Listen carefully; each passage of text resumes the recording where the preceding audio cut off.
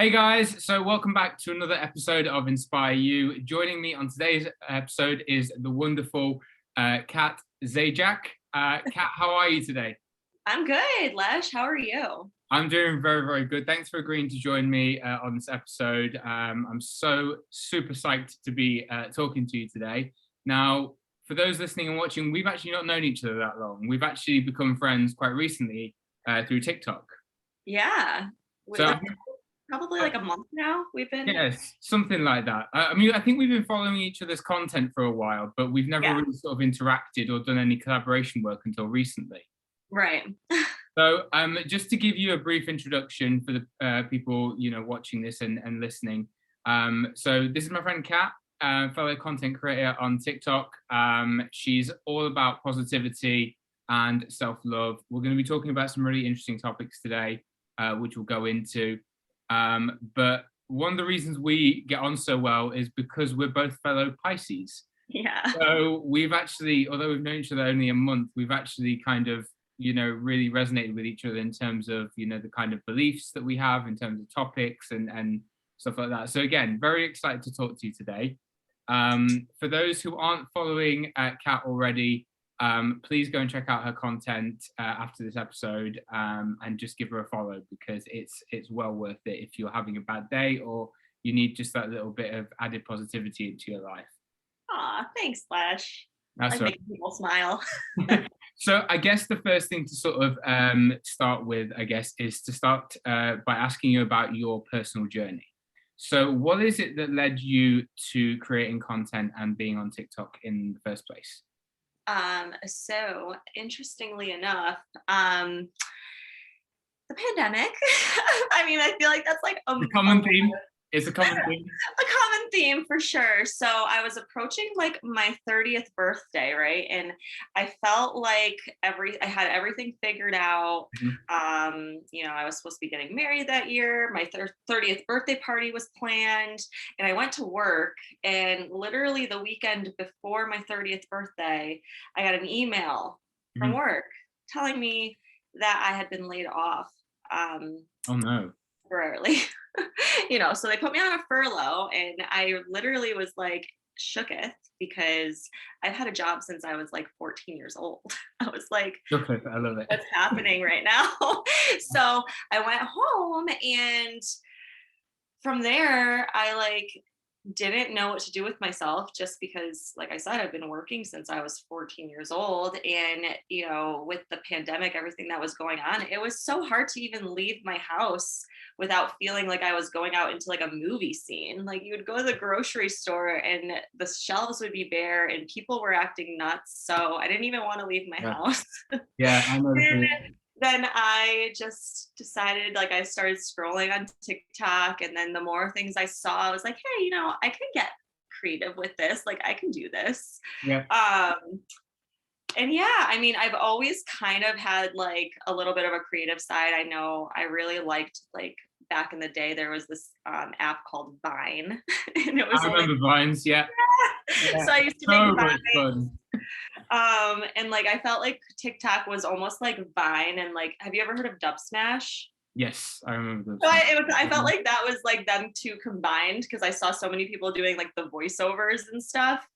Um, and yeah, I just got like just curious, and I slowly started making content, and it was kind of interesting though. I feel like in the beginning I would be very nervous about the things I was putting out, and it was uncomfortable, and yeah, and then slowly I just got more and more comfortable with it. I think that's any type of content creation. You slowly start to just kind of like build a muscle where it doesn't really like make you super nervous to put yourself out there anymore. Did you find that like it made you more extroverted as the process went on? That Oh it, yeah, for sure. And it actually helped me like discover things about myself, I feel like. Um and yeah, just like simply like talking on camera like this. Like, I remember having this thought in my head for a while when I first started TikTok, that I was scared to use my own voice. Like, I didn't oh, like the really? way. I never liked my voice, didn't like the way it sounded, especially not recorded or on camera. And um, Yeah, slowly just by talking on stories on Instagram and doing more content and everything, I've kind of come out of my shell to like be this person that can actually speak on camera and not get nervous. Amazing. Amazing. And because like being a Pisces, you and Mhm. I both know we are both kind of we like the creative element. We Oh like yeah, to for sort of dabble in like, sort of artistic pursuits and what have you. So would you say that outside of obviously the app as well, are you quite creative in other areas as well? Do you paint? Are you a big sort of, are you big into sort of reading, that kind of stuff? sure. Oh yeah. So when I was younger, I loved like anything that I could be creative with, coloring, drawing, painting, whatever I could really like I said, be creative with, whether it's like doing like a home project or whatever. Um, in school, I really, really enjoyed writing, creative writing. Okay. Um, I think that eventually I'd like to go into that a little bit more. That'd be something I've thought about, like writing poetry or doing something along those lines, because I did really enjoy that. I just never kind of like learned more about how to do it, but I would love to in the future. That's fair. So you've given me a list of topics that we wanted to talk about today. And one of the things that we wanted to talk about, and I'm quite excited for this because I've not spoke about this with anybody yet, is the idea of empathic intelligence.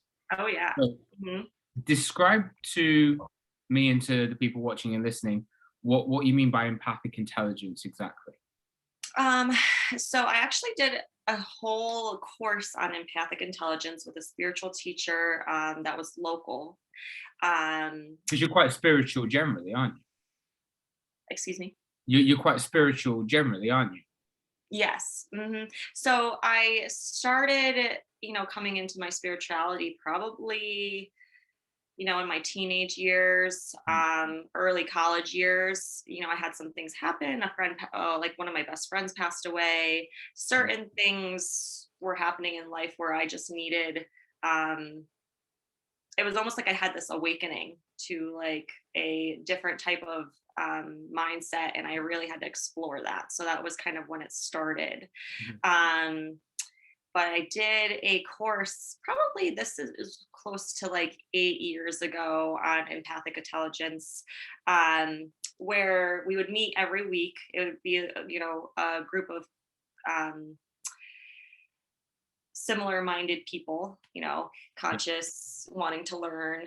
And she kind of just went through the steps of, you know, forming a connection with yourself, your intuition, and listening to your inner being.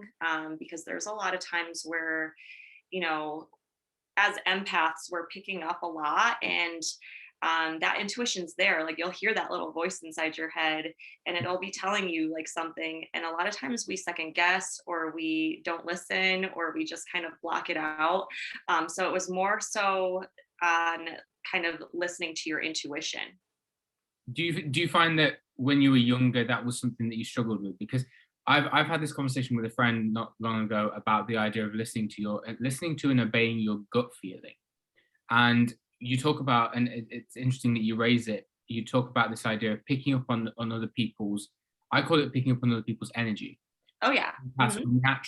we naturally drawn to other people's energy and trying to obviously, you know, help other people, in their journey. Do you find that sometimes when you were younger, that was something that you struggled with listening to that gut feeling? Yeah, for sure. I think that when I was younger, I didn't understand the nature of how I process energy or how I pick up on it. Sure. And for me, it became very overwhelming. So I didn't have an understanding for it before. And a lot of times, what would happen was I would just become shy and like kind of closed off and anxious almost, because I didn't really um, get what was going on. Which we know is the Pisces tendency. When we get overwhelmed, we tend to isolate and close ourselves off as a Mhm. way of self-protecting, self-preservation. Um, Yeah, yeah, for I'm sure. I'm guilty of that as well. So I completely understand where you're coming from there. Yeah, I mean, sometimes self-preservation is necessary, but yeah, definitely more. outgoing and more extroverted and able to understand the things that I pick up on now, versus when I was younger. That's fair. So you've kind of reached that level of self-awareness as part of your spirituality, you would say. Oh yeah, for sure. I mean, I feel like spirituality and like learning about yourself is like just like a never-ending dance. I Mhm. think I had mentioned that, maybe to you or someone Yeah. that I was talking to recently. It's like growth or healing is never, going to be a light switch. It's always like a dance. Like a You dimmer like switch you're almost. never done learning. So No, yeah. Yeah. I feel like I'm so much more self-aware than I used to be, but I don't think that that journey ever ends, if that makes sense. I think the way I always describe it is, when you grow and you develop into a new state of being, kind of shed, bad experiences or traumas throughout your life. You become a new version of yourself. Oh yeah. But then the problem with that is people then think that they have reached that kind of level of enlightenment, and they're like, okay, I know myself now. It's like, no, we're now somebody different. We now need to go through the whole process again of And learn rediscovering something now who else. we are. Yeah. So exactly what you said. It's not a light switch. We're constantly discovering, growing, learning, unlearning. Behaviors and patterns that we've had maybe since childhood. Oh And yeah. I think personally, spirituality for me is something that I've sort of dabbled in the past, and I've kind of been in and out of the spirituality journey. I'm more on the self-love journey, which we'll talk about a little bit as well today. But spirituality has had a major impact for me. I know that you mentioned to me in a conversation just before the interview that you were you had a bit of knowledge about the Buddhist philosophy, and Mhm. you've got a little bit of experience with that. Talk to me about your experiences with some of those philosophies. Um, I just really enjoy the whole, mindfulness practice that they're Mm. very into, meditation and being in the moment, being here now. I feel like that's really the only way to get to know oneself. Mhm. So I really just seem to always go toward, like Eastern spiritual teachings for some reason. I feel like when it comes to religions, it's so interesting to me. I feel like there's so many rules. Yeah. No, yeah. I just am not a rule person. I feel like there's one common goal, and that's to believe in a higher power. And as long as you have that connection, like, what does it matter how I'm practicing? You know what I mean? Absolutely. And I think, a lot of people, and again, we're not going to get too deep into Yeah, religion, because I know it's obviously a touchy subject for a lot of people, but I do think for that sure. people get drawn to what works for them. Hmm. And if something works for you, then fantastic. But it has to be the way I've always described it, and this is why I don't really talk much about religion, because I feel like if it doesn't resonate for somebody, you shouldn't push them into that, because the simple fact of the matter is we all go through our own experiences, and we're all looking for kind of that understanding of the world, and something to make us kind of resonate with what's going on in our own lives. Now, if that happens to be religion, a structured religion for you, if that happens to be more of a spiritual path, if that happens to be more of an independent path through the journey of self-love, then you choose what works for you. As long Right. as you are being consistent and congruent with, obviously, it being part of your personal journey, then I don't think that anyone has a right to judge you for what you choose to believe or what you choose to practice. So Oh yeah, and I have been judged for it before, and it's unfortunate, like I said, because I feel like there is one common goal, and that's to live in light and from your heart, and you yeah. know.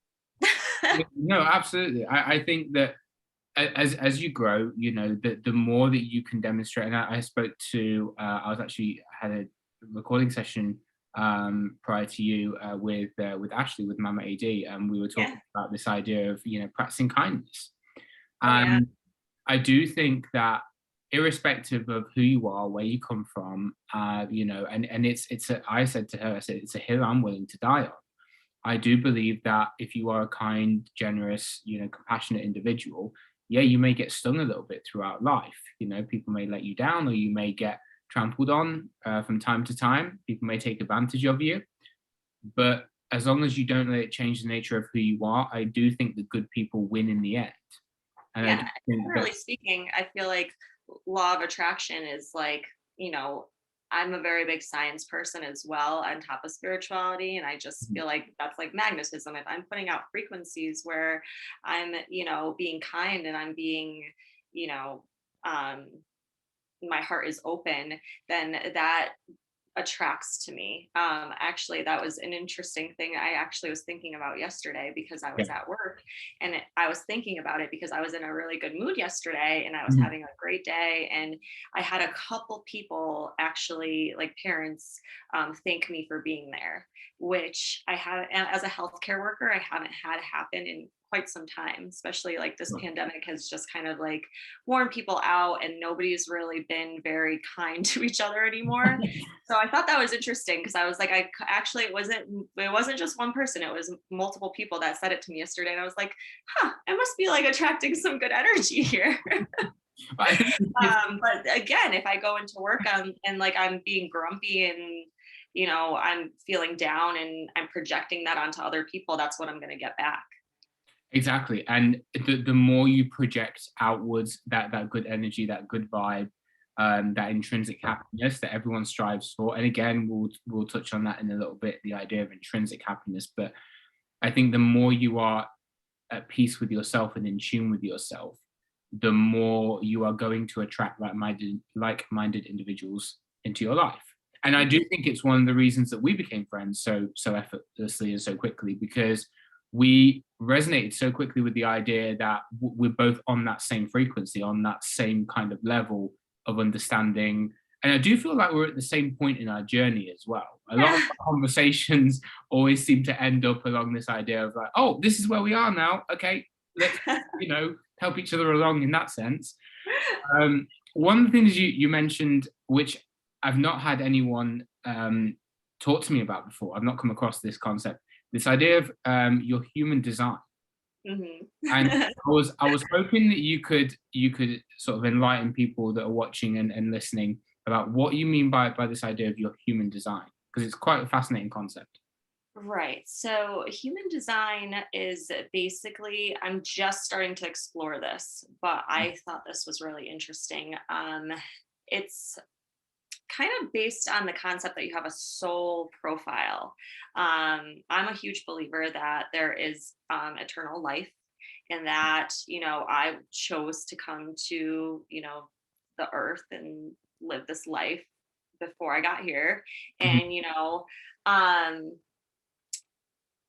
with that being said, there's like this whole type of chart that you could have read with the time of birth, your full name, place of birth, and Mhm. it kind of just gives you a whole reading on your soul profile. So there's a bunch of different types. I know that there's things called manifestors or projectors, and it's all about how you kind of, it's almost similar to like astrology, but like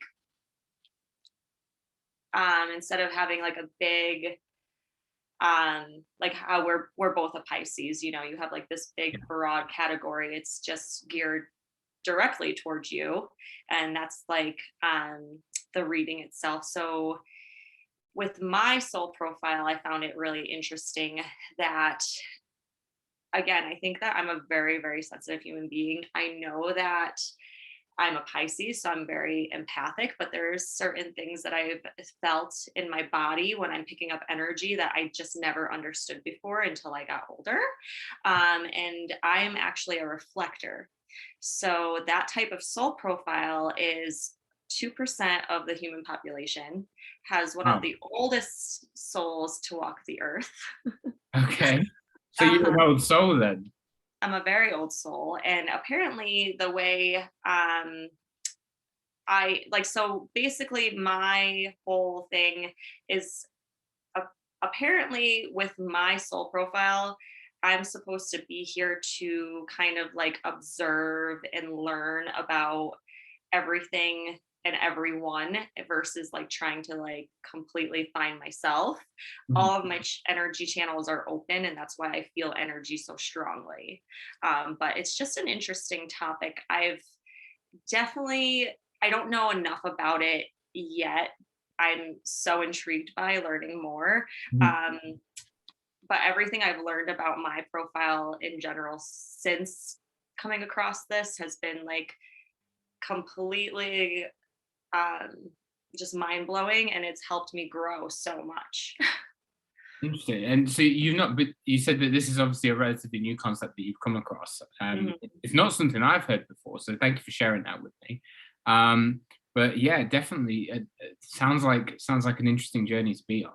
So, Yeah, and it's interesting how it came into my like awareness. It came by somebody else that I had met because we mhm, were connecting on um a spiritual level, mhm. and she introduced me to it. So it's just interesting how things come into your life when they're needed, and like where they come from always is for someone being there at the right time at the right moment, kind of like I mean, that's law of attraction for you. uh, So my law of attraction friend Lou, who I talk about quite a lot on social media, and we have always said that people come into your life, at the right time, at a divine time. They come into your life because they're supposed to be there.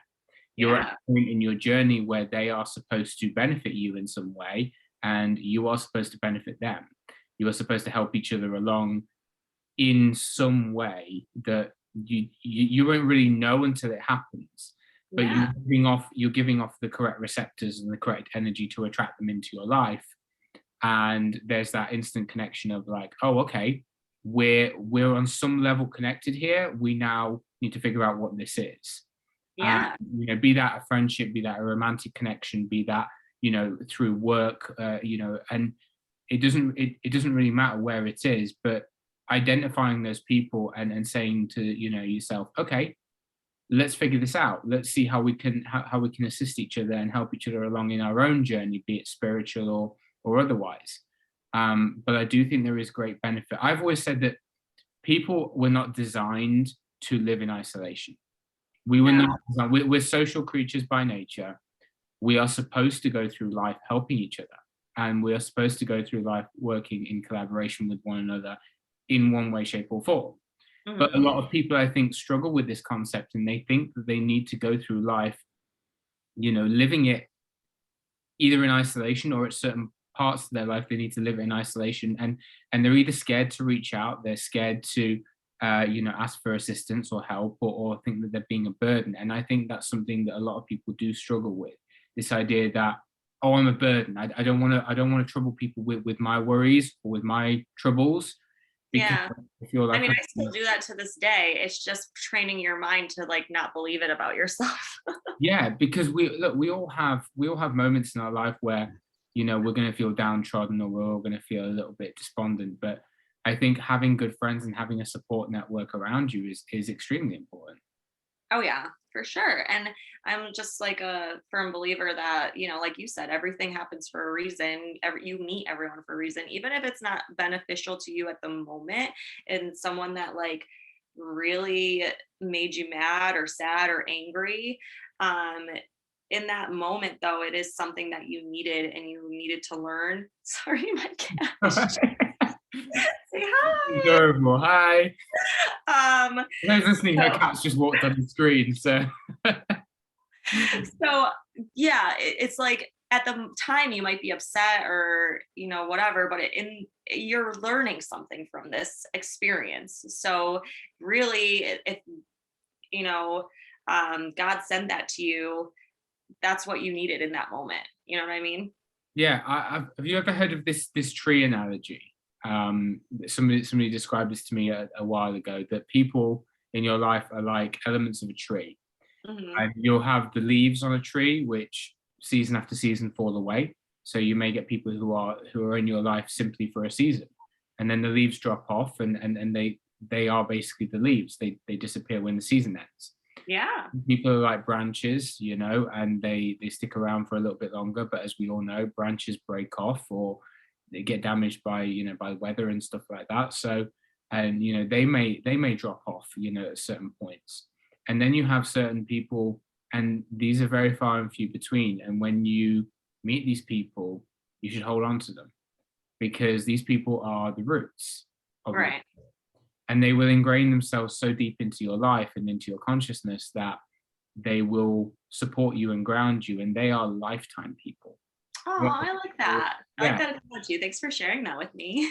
Yeah, and I think, when I look back on, and I don't know if you have this as well, but when you look back on your life, and you sometimes think to yourself, well, there was this person that I had in my life, from college or from childhood perhaps, and now you think, well, I don't really talk to that person anymore. Yeah, there's Because so many, because literally. your lives just splintered off in different directions, and Mhm. it's not necessarily anybody's fault. It's life. Right. It's the choices that we make that set us on different paths. And I still have people I check in with, every so often, but these are people who I used to check in with every single day. Yeah. From, A lot of times your reality is going to be different from theirs as you grow. exactly. And now I'm on a different path to a lot of these people, and it's just, I now have different connections that are helping me along the next stage of my journey. And I don't think there's anything wrong with that. I think that as long as you appreciate the people who are in your life while they're in it, for however long they're in it, it's a beautiful journey to be on, and you can let them go when you need to, and if they come back later in life, you welcome them back and say, okay, fill me in, what's been going on? Yeah. Like, but moving on just a little bit, you wanted to, you raised a topic with me about Reiki. Now, I did an interview last week, actually, with last year, when I ran the podcast the first time around, with a lovely girl from Canada, and she talked to me a little bit about Reiki and the idea of practicing Reiki. Now, for those again who may not be familiar with the concept, how much into this practice are you, first of all? So I did a level 1 training. So I use it to heal myself. I don't heal others because I would have to go to a further training to do so. I do have a couple friends in my circle that are higher in their training than I am, and I've had healings from them before. Mhm. So yeah, it's just I don't really practice it on anyone but myself, but I do understand like the basics behind it. So we're talking spirituality and healing. So how can we use Reiki as a way of assisting our personal growth and as a way of helping us through our healing process?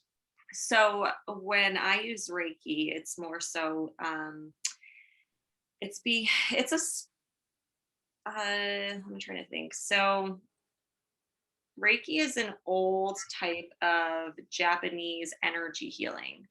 Um, it's kind of like a pseudoscience, so a lot of people don't believe in it because it's not medically proven. But when you do it and you like spiritually feel what you feel, like it just becomes real, if that makes Right. sense. Mhm. So when I use Reiki on myself, a lot of times, like I said, I'm an open channel for energy. I feel like a lot of times when I'm picking up a lot from other people, it almost gets stuck in my body. Um, I tend to feel it a lot in my chest, in my throat, when I start to get anxious because I'm feeling really weighed down by the things that are stuck. Mhm. I feel like I can't breathe or like my throat gets tight. Mhm. That's when I know it's time to like clear stuff out and like balance myself. So I'll kind of just do, um, some self healing, and if I can move that energy around, then it feels like the pressure just gets released. Interesting. Interesting. So, we can do this, like people can practice this from a beginner's perspective, and use it as a way of healing trauma, from what I understand. It's a Oh big yeah. it's a big way for people, because I know a lot of people, when they talk about healing trauma, they instantly think, going to therapy and going to all these. So many different methods. Yeah, there are, and I think spirituality is something that a lot of people who are looking to develop, that self-awareness and understanding of themselves and why they have the triggers and the traumas that they have, they can use spirituality to help with that, to help assist with that process. And I know you're big on meditation. Oh yeah. That's another, we've sort of touched on that a little bit. So I don't know if I told you, but when I was living in Thailand, I practiced meditation for 6 months when I was living out there. Yeah. We went to see a bunch of monks in Chiang Mai who introduced us to meditation and how you can use it to become more self-aware and Right. to become more, understanding of who you are.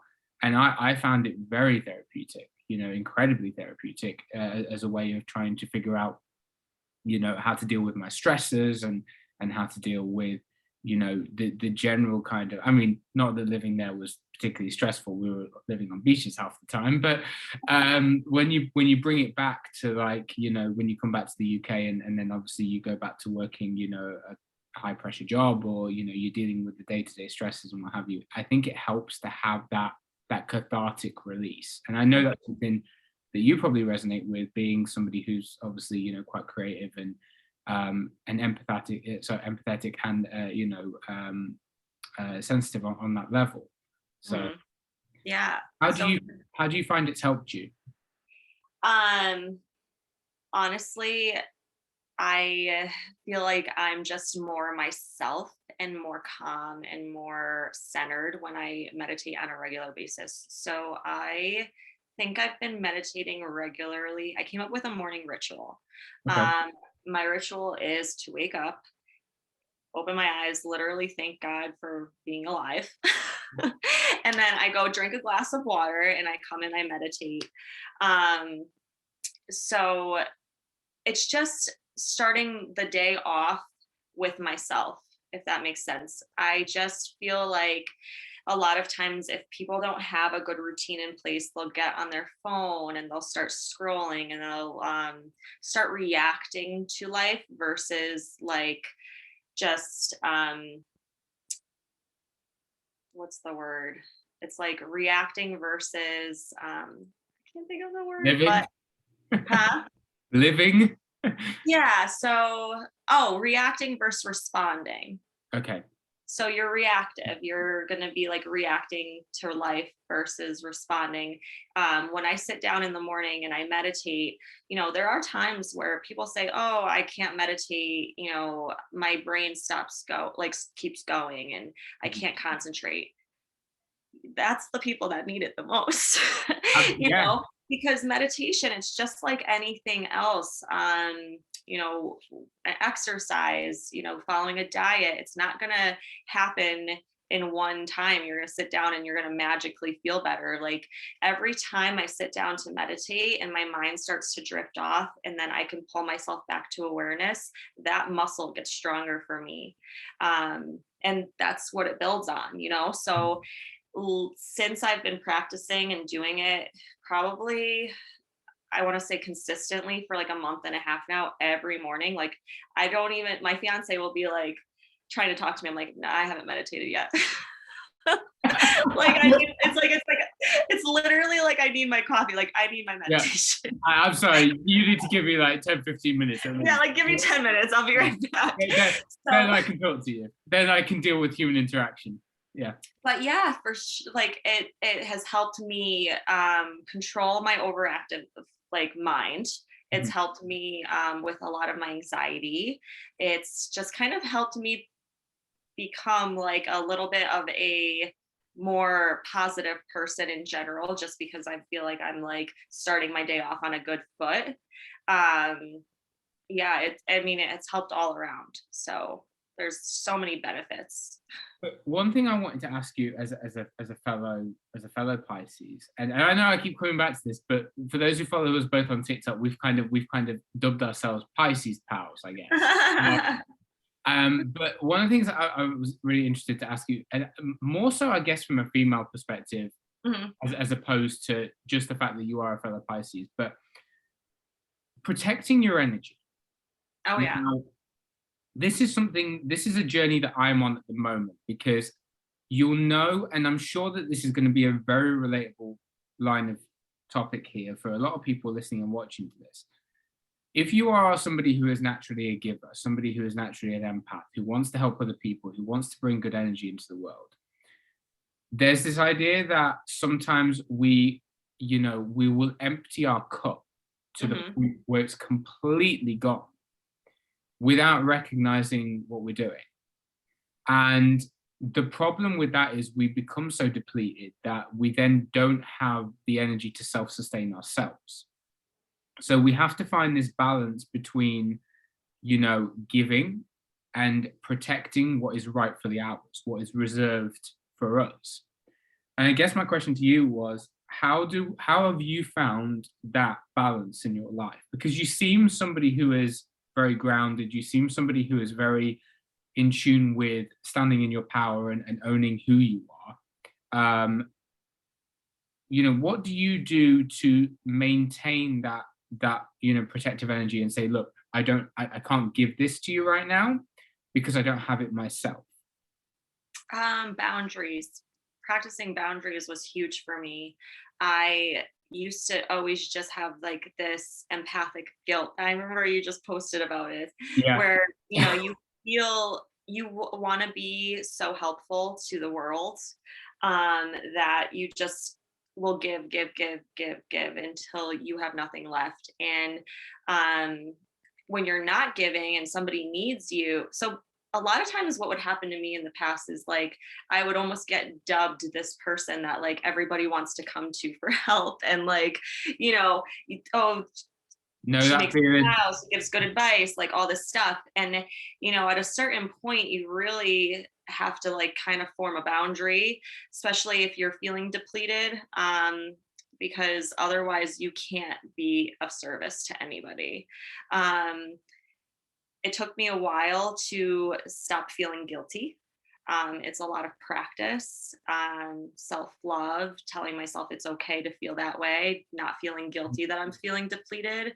Because a lot of times, even just in general, our minds start to feel like, oh, I shouldn't be tired, I shouldn't be depleted, like, you know, I should be able to do this. And like, you even beat yourself up over it.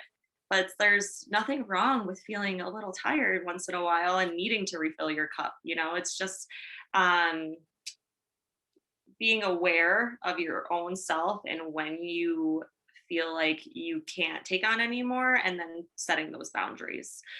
For instance, like with a lot of my family members, I know that a lot of them trigger me.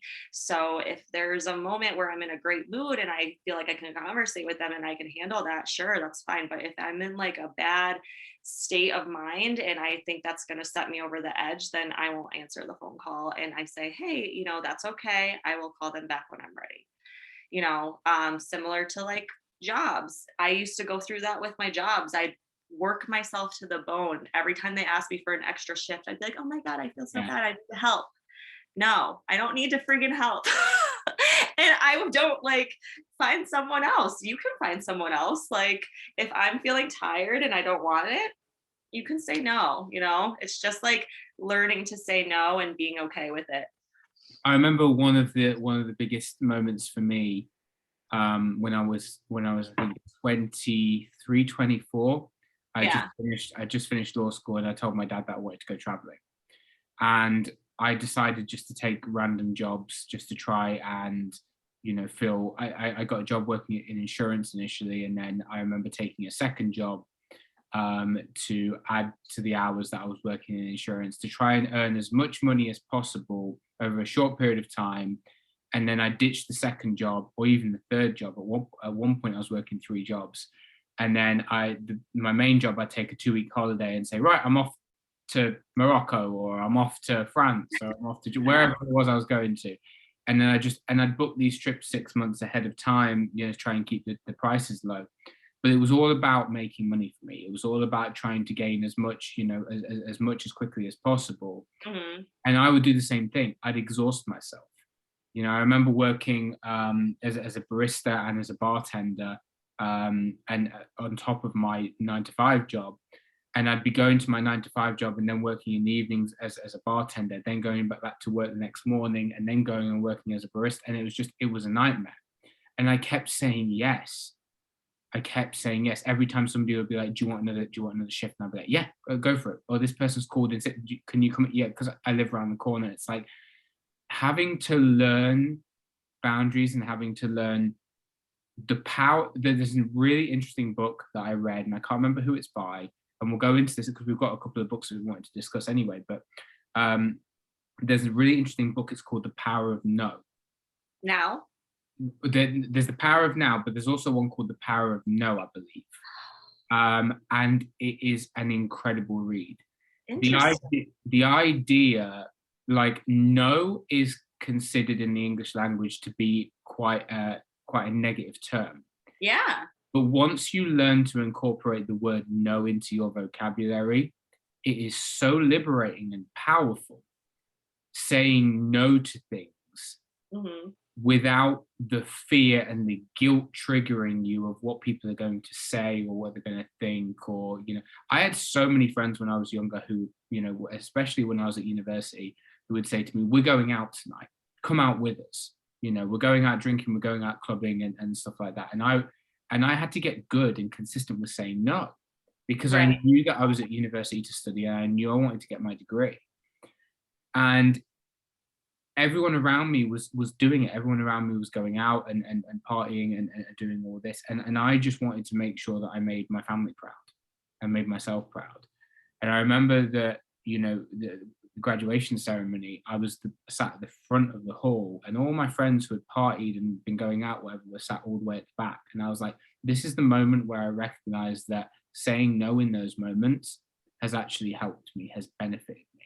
And that was when I started to recognize the power of setting boundaries and understanding that it's okay not to people please all the time. Oh, yeah. Because I feel like a lot of us, irrespective of what star sign you are, irrespective of who you are as a personality, we are naturally drawn to this idea of wanting to please people. Yeah, I know, for sure. I mean, people pleasing, it's so addicting. Makes you feel good, especially if you're someone that likes to help people. But yes, I need that. Thank you. Sorry, I don't think I can bring my charger. Just plug that in. But yeah, you ultimately have to do what's good, like what's good for yourself. Like you said, if you didn't feel like going out and partying, then that was obviously your intuition telling you that wasn't the right move for you, and you listened to it. If you go against it, a lot of times I find that I feel a lot worse. I know, and sometimes you won't really know you've made the right decision until you've made it. But I think that, again, going with this, the idea of your gut feeling is really interesting, because you never really know. When you first start tuning into your gut feeling and trying to listen to it, there will be this internal war, this internal struggle that happens where you kind of like, no, you're overthinking this. Like you think your gut's saying this is a bad decision, but it's actually a good decision. And you're like, which way do I go? Like you're trying to, it's almost like your gut is like, when you first start listening to it, it's almost like it's speaking a different language, and you're having to learn that language of so what it's so interesting when you start to try to listen to it, because like I said, your brain like wants to talk yourself out of it all the time.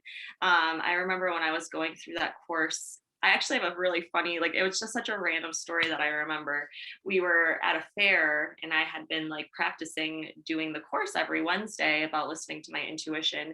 And I remember we were with his aunt and uncle. The uncle was going to get the aunt a baked potato, and he went and got everything on it. And for some reason, I'm standing next to him, and like something in my head is telling me like, don't put chili on it, don't put chili on it. But like, I'm not going to say that out loud. Like, people are going to think I'm weird, right? And then it was don't put chili on it. Don't put chili out loud. Like, I literally just don't know where it was coming from, but like something inside of my gut was screaming, don't get chili. And then when he went to go bring her potato, she was really upset that he had put chili on it. So I was like, you should have just said it out loud. I love those internal dialogues that you have with yourself sometimes. It's, you know, some of the weirdest moments I've ever had have been when so a lot of times when I have solo travel, I have to remind myself that I'm actually by myself, and Yeah. talking to myself in my own head.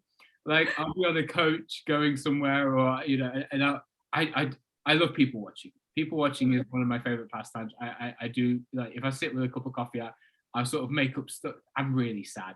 I'll make up stories about people I see who are kind of like walking by, and I'd be like, I wonder how long they've been together, or I bet this, that kind of thing.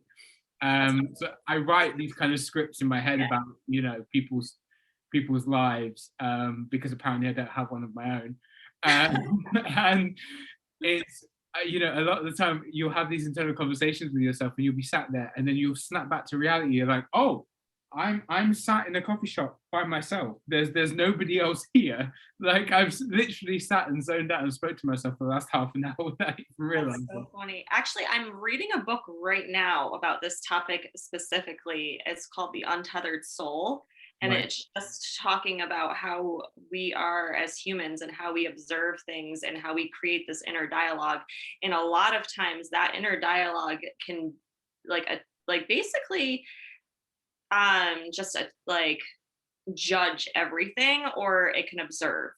Right. So a lot of times you can create chaos with that internal dialogue just by like I said, beating yourself up, or like doing like, I don't know, looking in the mirror and like being like, oh, I don't like the way I look today, or this or that. Like that internal dialogue almost like never shuts off. Yeah, and I can't remember the exact figure now, but so I don't want to misquote it, but I know it's in the thousands. I think it was Jay Shetty that talked about this idea that we have, on a day-to-day basis, thousands of thoughts that run through our own brain. And when he works with clients and people that he speaks to on his podcast, and on various shows and segments, he always talks about this idea of, well, how many of these are actually serving you? Mhm. Because I think a lot of the time we are our own worst critic, and we put ourselves down, we compare ourselves on social media. And I've always described social media as a double-edged sword. I see people who are on social media, and they post stuff, and it gets thousands of likes, comments, and in my head I'm like, well done. But also I'm like, are you being self-aware enough to understand the potential danger that is inherent in having that kind of attention?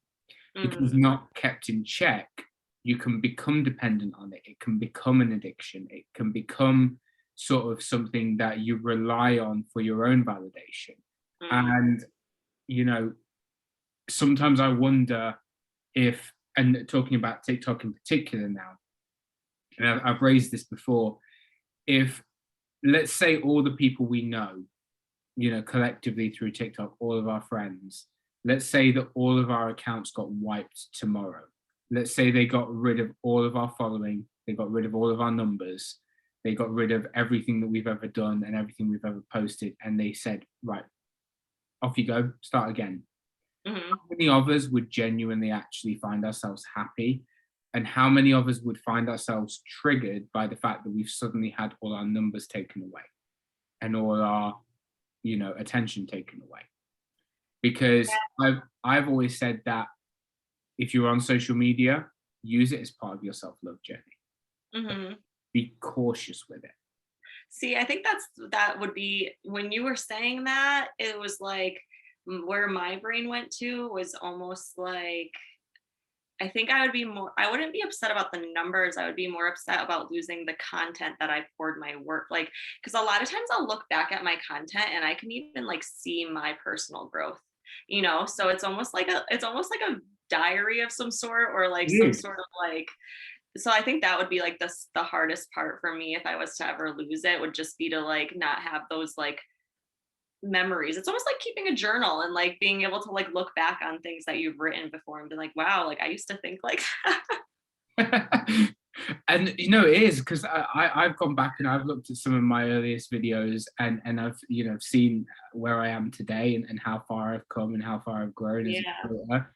But I do understand what you're saying though, because there are, social media as a whole, like digital addiction is a whole like different ball game. I could go on and on for hours. So it's like hard to even like start to tap into that one.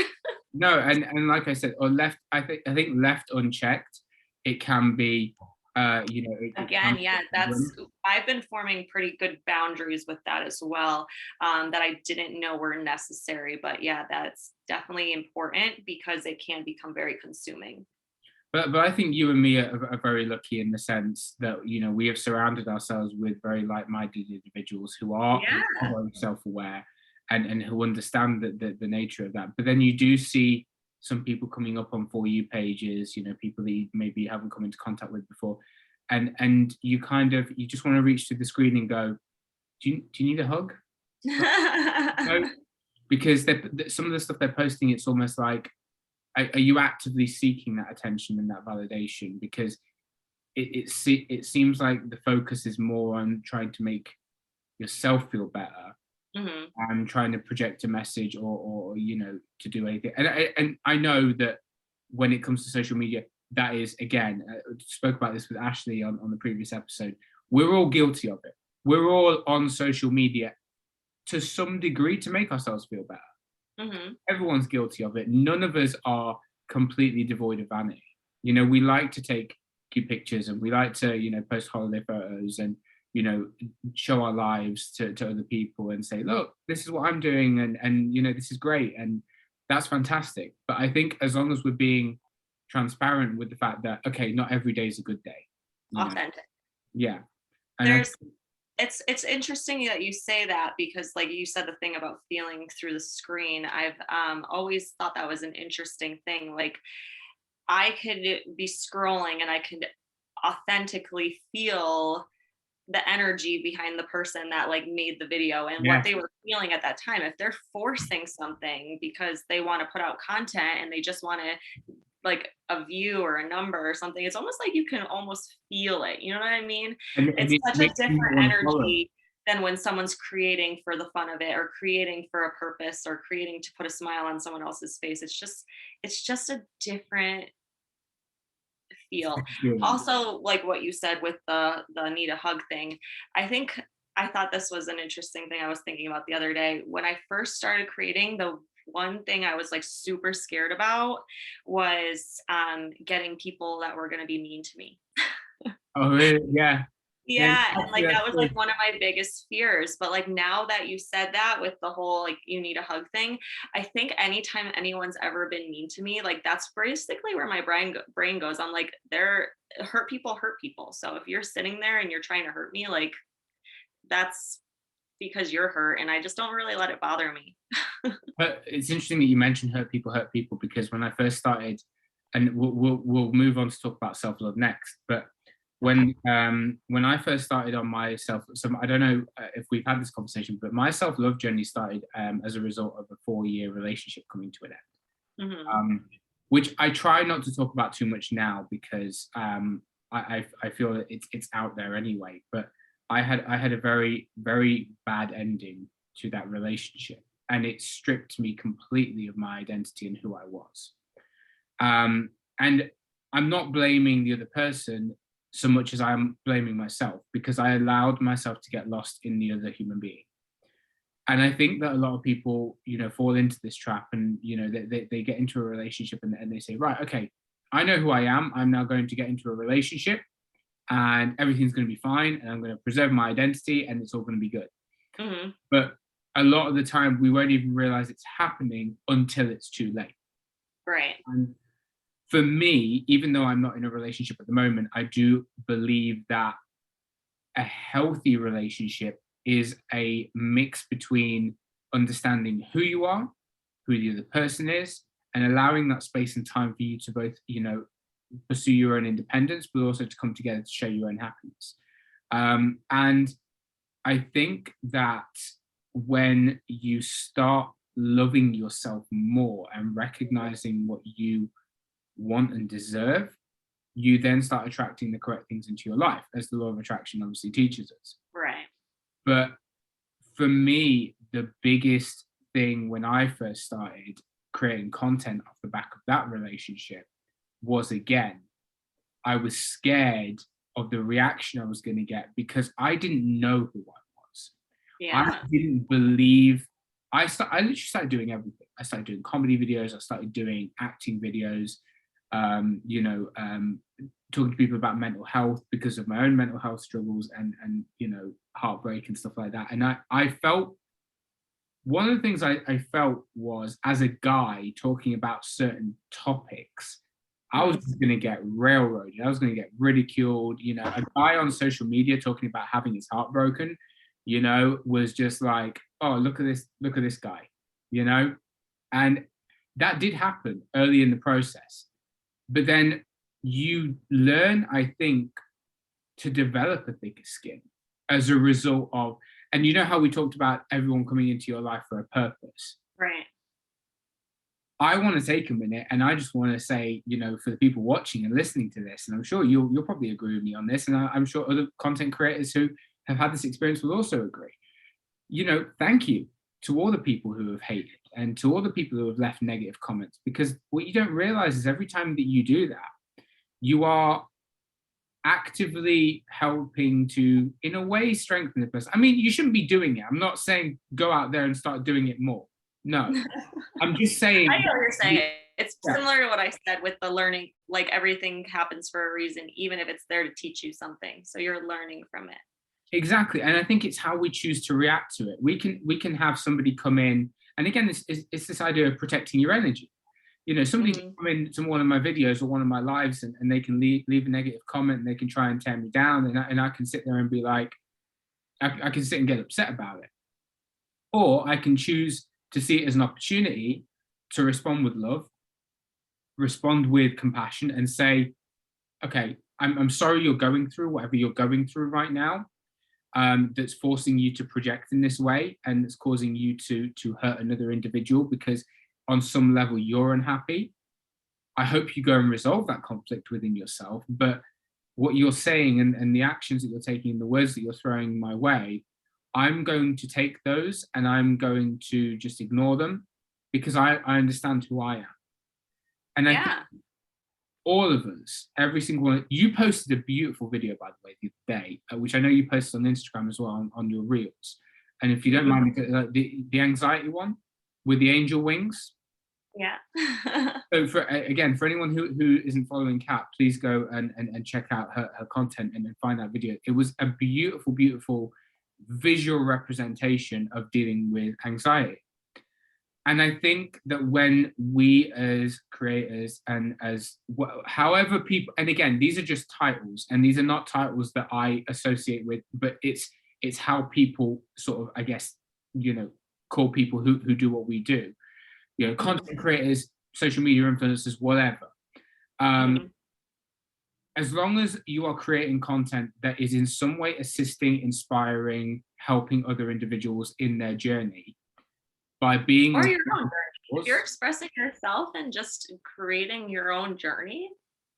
Absolutely. Look, we all have a different journey. Yeah. We all have a different journey, and there's nothing wrong with expressing it. And how you choose to express yourself, you shouldn't then allow other people to suppress how you're expressing yourself.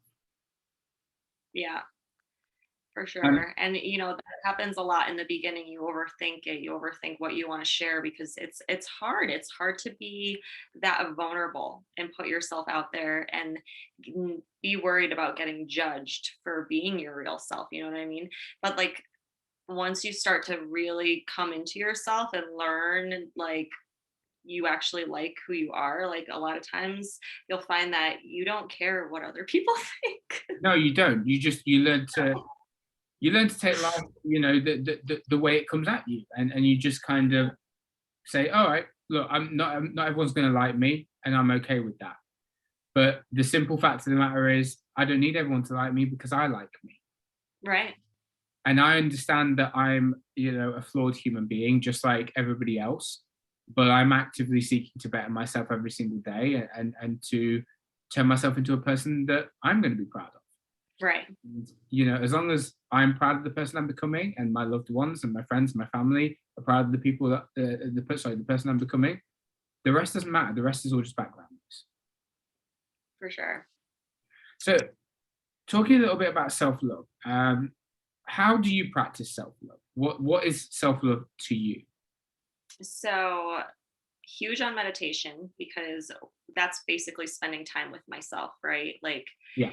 I had spoken about that before. I'm doing a lot of like every spiritual book, every book, a self-help book I've ever read, it's all about ego versus true self, or conscious mind versus unconscious mind.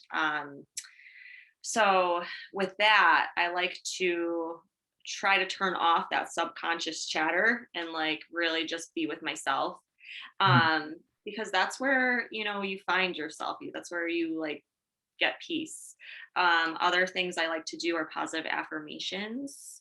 Right. Um, I I don't know. It's there's so many different aspects. Like even just taking care of my body. I've been working out more. I've been eating properly, getting enough sleep. All of those things kind of fall under the umbrella of self love, because the more you take care of yourself, you're going to feel better. Um, but yeah, everybody's been there in the past where it's hard to love yourself. Especially when you're not feeling good. You're not feeling like you're doing a good job taking care of yourself, or just I don't know. I still beat myself up to this day sometimes, but I'm much better at catching those thoughts now and being like, hey, like why are you talking to yourself like that? You've been on that journey for a while. Yeah, and I think it does get easier with time. I know one of the things you're big on with your Instagram is like you're quite big on nutrition, aren't you? Because you've got, is it a line that you've got that you're promoting at the moment? So I am a independent consultant for a brand called Modern Nature. So they do naturally based hair products, skincare products, and wellness products. And is that something I'm guessing that's something you incorporate into your daily routine as well as Yeah, for sure. I try to, so as I started to kind of go on like this personal self-love journey, I've kind of tried at my best. It's very intimidating at first to try to eliminate toxins from your like routine, Sure. but um I'm not perfect by any means, but trying to avoid more of them definitely makes a big difference in my self-awareness, my self-love. I feel like when I eat a bunch of crap, like especially like after the holiday and stuff, I feel very bogged down, and just like sluggish. My whole body like feels kind of inflamed, like, all this stuff. So That's what when Thanksgiving and Christmas were invented for anyway. So so like when I'm taking care of myself and I'm doing things like even my hair, I mean, it's come a long way since I was using toxic chemicals on it all the time. And um it just I feel lighter. I don't feel bogged down. So that's been part of my journey as well, is just kind of doing things a little bit more naturally and more holistically than just being unconscious to what I'm consuming. that's fair. This is a good balance to have, I think. To be fair, I think any, if you're practicing self-love, I think you have to look at it as a series of categories. You can't just be practicing self-love in one particular arena. I think it comes down to having a balanced diet, to spending time, by yourself or with friends, with family, with good quality company. Maybe having some quality alone time, taking trips or holidays, and I think you have to micromanage, and you have to kind of pocket these little areas of self-love in different arenas of your life. It can't just be all focused on one particular area. No, because I mean, you can do that. I've talked about that before with people. It's like you can do as much working out as you want, but if you're not practicing like managing, your thoughts and your stress levels, then like you can be shredded and you still could like not like the way you look, you Yeah, know? yeah, So it's kind of an all like, yeah, the whole like a whole unit. You have to kind of function as one. It always seems like a lot to take on, but it's all just one little thing at a time, and then it all builds on top of each other. So, I think back to like when I first started like working out or doing anything like that. And um like I was like so defeated at that time and like felt like I had so long to go to get to where I wanted to be. And like now I'll look back and be like, oh my gosh, like it's just crazy how it happens. It just takes one little step and then one foot in front of the other. I mean, so because you talk about this idea of monotasking as well. Mhm. So just walk us through that in terms of like mini tasks almost. So monotasking, mostly that I come to terms when I'm doing that. I think the biggest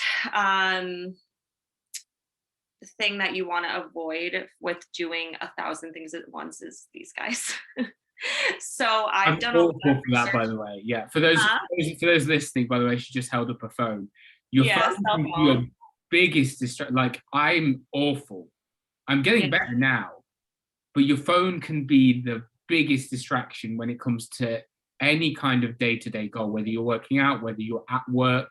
Yeah. If you've got your phone So out, yeah, so I've done some research lately just because I said like I've been very interested in how our the digital age and era is like affecting our brains and our mental health and all of that stuff. And I've come to find that there's some really interesting statistics out there about the cell phones and how we are actually conditioned to be attached to them. Like I don't know if you remember when you were growing up learning about Pavlov and like the salivating dog, yeah, and every mhm, time that bell would ring, he'd start salivating. yeah. So it's similar to that with our notifications and this and that. So it's like you can be, say I'm like studying or doing something and you hear that notification go off, like immediately you lose your train of thought because you want to check that cell phone. And it's not you get a dopamine hit. Because Yeah. it's that feeling of, oh, somebody's liked a video that I've posted, or Mhm. somebody's messaged me, or somebody sent me, something through Instagram. It's that kind of, it's almost that sense of validation again. It comes Mhm. back to this feeling, this reliance on, your phone as a Or a lot of times it could also be cortisol. So like sometimes your phone will go off and instead of it being dopamine, it'll be someone needs me. So you like, and it's like your body releases a stress hormone. yeah, So a lot of times, like I said, when I'm trying to practice like doing monotasking, say I'm doing like business from my computer or something, I've read that it's really good to take your phone and put it out of your sight. So yeah. because it's so weird, like you become so attached to it that like you have like this phantom syndrome as well, that you just feel like you need to check it even if it's not going off. Or just yeah, just that's one of the main things is like trying to focus on one thing at a time. I read a statistic that said every time you like distract yourself and you go to check your phone, it actually takes you 20 minutes to get to the same amount of level of focus that you were doing before you did that. So imagine like how, if you're consistently checking it every 2 minutes, every 5 minutes, how much are you really focusing? Not that much. No, Not not much. at all. It's crazy. So just one final sort of arena to cover, because I know that we've talked about a lot already today. But you're very big on reading, and I know that that's something that we both share in common. There are so many books out there in Mhm. relation to self-love and gratitude and knowing who you are, and Yeah. being inspired and all that kind of stuff. What are some of the recommended readings that books that you've read that have kind of helped you on your journey? So one huge one back in the day I really liked was The Power of Now. Again, very much about mindfulness.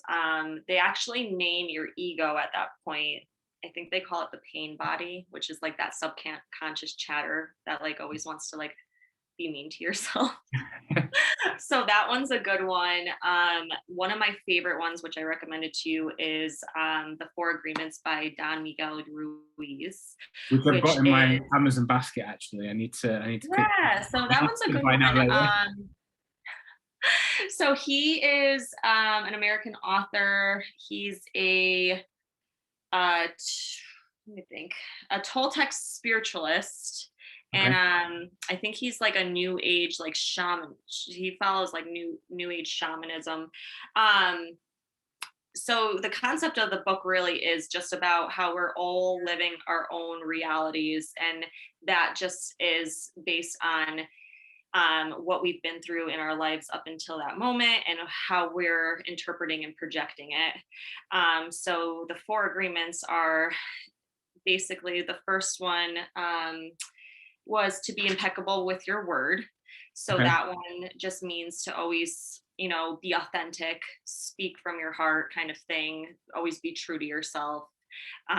Second one was not to take anything personally, because again, when something's happening that's triggering you, whatever that person is projecting, it's their reality, so it's their perception of reality, and it has nothing to do with you. Mhm. So it's like there's no reason to be upset about it. Easier said than um done, by the way. huh Easier said than done.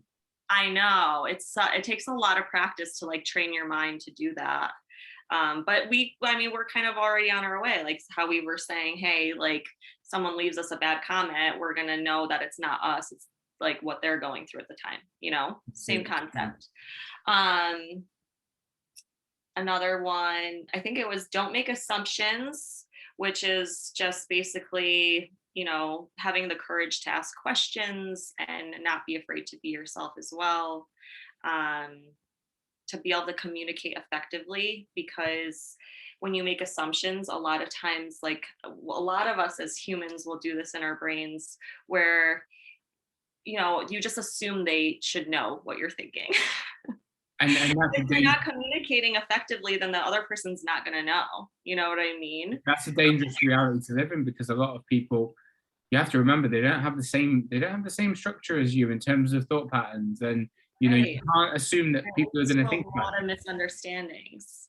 Yeah. So to try to avoid that, never be scared to ask questions, never be scared to speak up and speak your truth. And then the last one is always do your best. So, and that one, I always liked that chapter too, because it really kind of sinks into like that self love where, um, your best isn't always going to look the same. There's some days where I wake up and I feel like I can run a marathon. And then there's some days where I wake up and I feel like total crap. I caught some sort of stomach bug, and I can like my best is literally going to be laying on the couch and letting my body heal.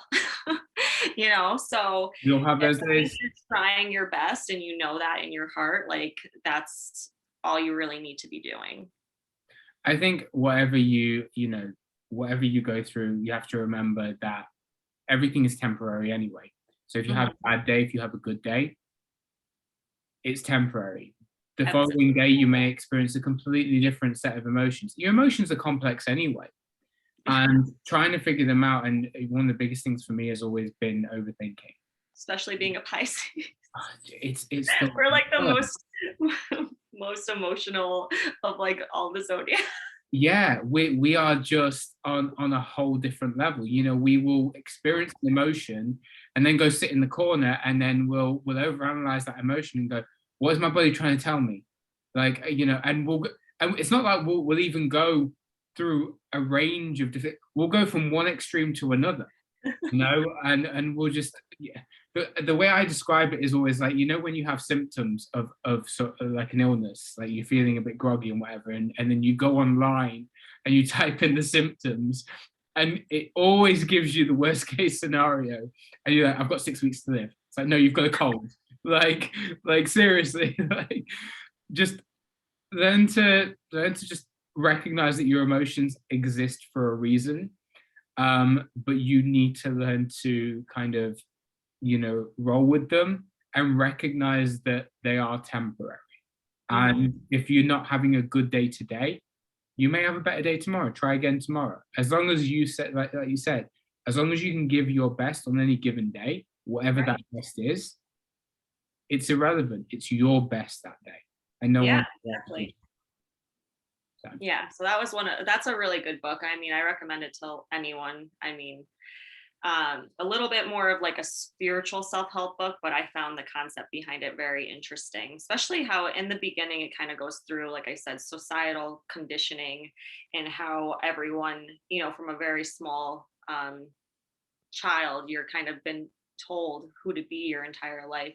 Like, this is wrong, this is right, you shouldn't say this, you should say that, you should act this way, you shouldn't act this way. And then it kind of gets instilled in your brain. So as we get older, a lot of times we kind of live by that set of rules. And at a certain point, like when you want to find yourself, you kind of have to like push that all aside and relearn who you actually are. Very true. Very true. You know, Kat, this has been an incredible, incredible episode. I just wanted to finish by saying thank you very much for joining me, because About itself. yeah, no, it has. It's been really, really great to talk to you. And like I said, I hope people watching and listening back to this at a later time, have taken something away from it. Guys, like I said again, if you're not following Kat already on TikTok or on social media in general, she's also on Instagram. Please go and give her a follow and go see what she's about, because she preaches so much joy and positivity. Thank you very, very much for joining me on this episode of Inspire You. For having me. And thanks for listening, guys. No, that's absolutely fine. So until next time, guys, thank you very much for tuning in, and we'll speak to you soon. All right.